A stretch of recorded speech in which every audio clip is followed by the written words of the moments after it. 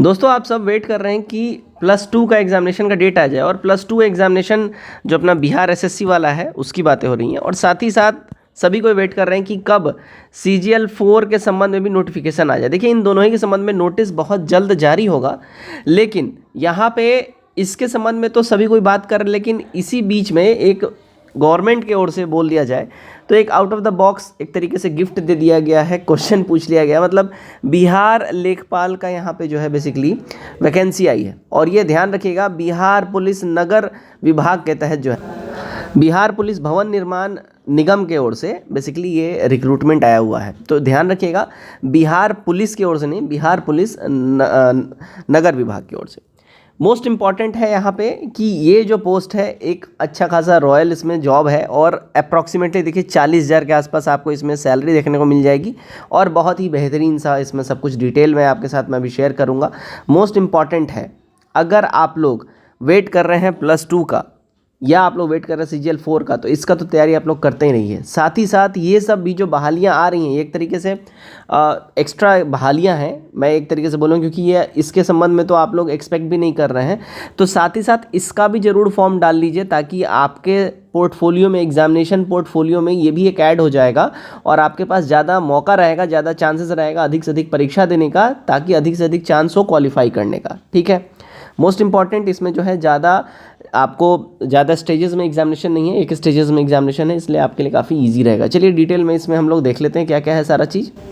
सो देखिएगा इसमें अगर हम लोग बात कर लें, मिनिमम एज की बात कर लें, देखिए उम्र सीमा जो है 1/11/2024 यानी कि 1 नवंबर से ही आपका मांगा जा रहा है। मिनिमम एज आपका 21 वर्ष हो जाना चाहिए। ये सबसे अच्छी बात है कि आपसे करेंट का एकदम मांगा जा रहा है, करेंट डेट के हिसाब से आपका 21 होना चाहिए, ये नहीं कि 2 साल 4 साल पहले, ये नहीं मांगा जा रहा है। मैक्सिमम एज देख लीजिए, मैक्सिमम एज जो है यहाँ पे 37 ईयर्स दिया जा रहा है, ये अनरिजर्व्ड के लिए है। और यहाँ पे महिलाओं के लिए 40 वर्ष, पिछड़ा वर्ग कहते हैं, पिछड़ा वर्ग महिलाओं के लिए भी 40 वर्ष, अनुसूचित जनजाति जाति महिलाओं के लिए 42 वर्ष।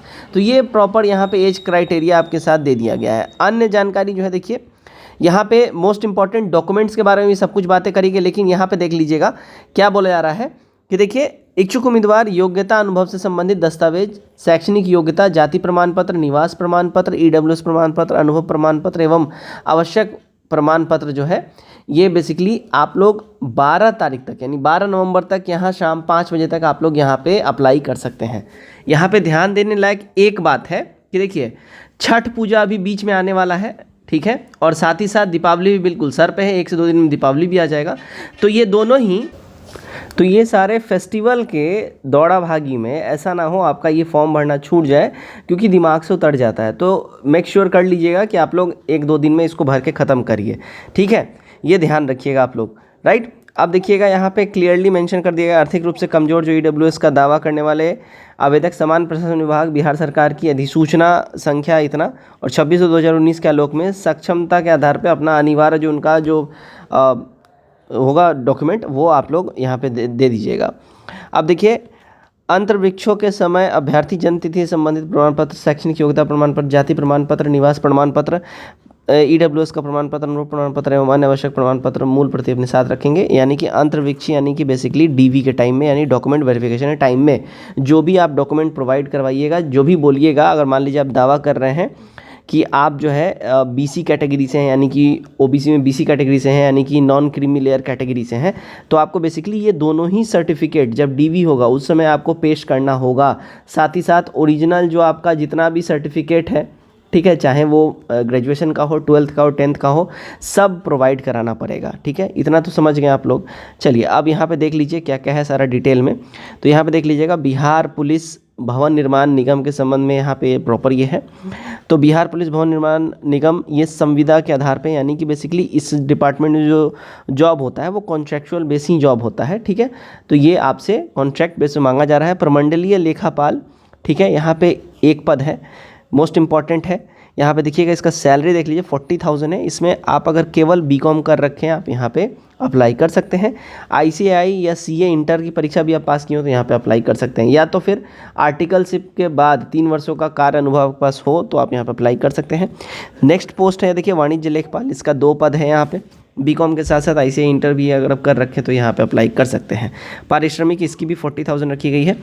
और यहाँ पे LDC का निम्न वर्गीय लिपिक का पद जो है यहाँ पे 10 पोस्ट है, ठीक है, जिसमें अनुसूचित जाति के लिए 2 पद रखा गया है, एक अनुसूचित जाति महिला के लिए, अत्यंत पिछड़ा वर्ग के लिए 1 पद रखा गया है और आर्थिक रूप से कमजोर के लिए 1 पद रखा गया है, ठीक है। इसमें जो है LDC वाले पोस्ट के लिए मोस्ट इंपॉर्टेंट देख लीजिएगा, LDC का जो पोस्ट है इसके लिए आपके पास टैली का और MS ऑफिस का, इन दोनों में से किसी एक का जो है 3 वर्षों का कार्य अनुभव आपके पास होना चाहिए, ठीक है। निम्न वर्गीय लिपिक के पद पर उपयुक्त नियोजन लेखा के संबंध कार्यों के लिए किया जा रहा है, इसके लिए वांछित अर्हता लेखा कार्यों के अनुरूप होगा।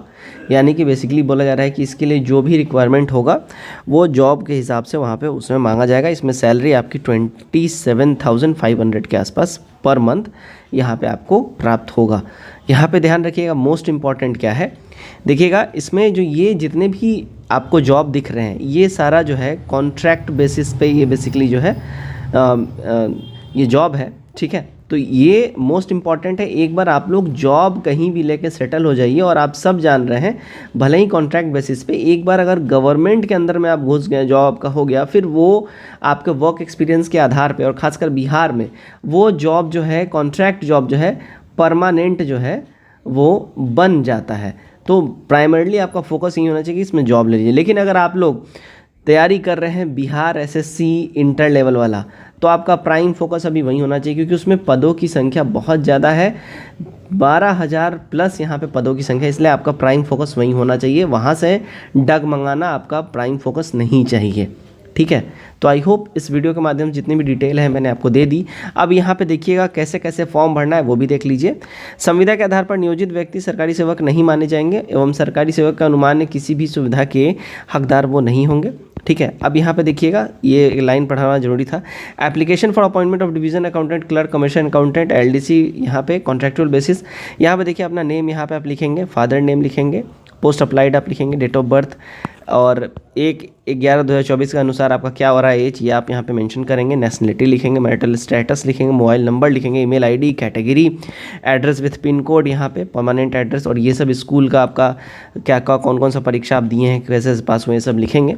और ये लिख के आपको पोस्ट कर देना है, ठीक है। ध्यान रखिएगा, इसको पोस्टिंग करना है, सब कुछ डिक्लेरेशन वगैरह साइन वाइन करके। ये 2 पेज का फॉर्म जो है ये डाउनलोड आप करेंगे, इसको लिख के आपको पोस्ट करना है। यहाँ पे आपको एड्रेस दिया गया है, इस एड्रेस के ऊपर में जो है आपको पोस्ट कर देना है, इस बात का ध्यान रखिएगा, ठीक है। यहाँ पे साफ साफ लिखा गया है, देखिएगा एक बार फिर से मैं आपको यहाँ बताता हूँ। देखिएगा, अपहरण 5 बजे तक पुलिस महानिदेशक सह अध्यक्ष प्रबंधक निदेशक बिहार पुलिस भवन निर्माण निगम कौटिल्य नगर पटना 14 बिहार के कार्यालय में बाई पोस्ट या इन पर्सन समर्पित कर सकते हैं। यानी आप या तो पोस्ट से भेज सकते हैं या खुद जाके वहाँ पे दे सकते हैं कार्यालय में।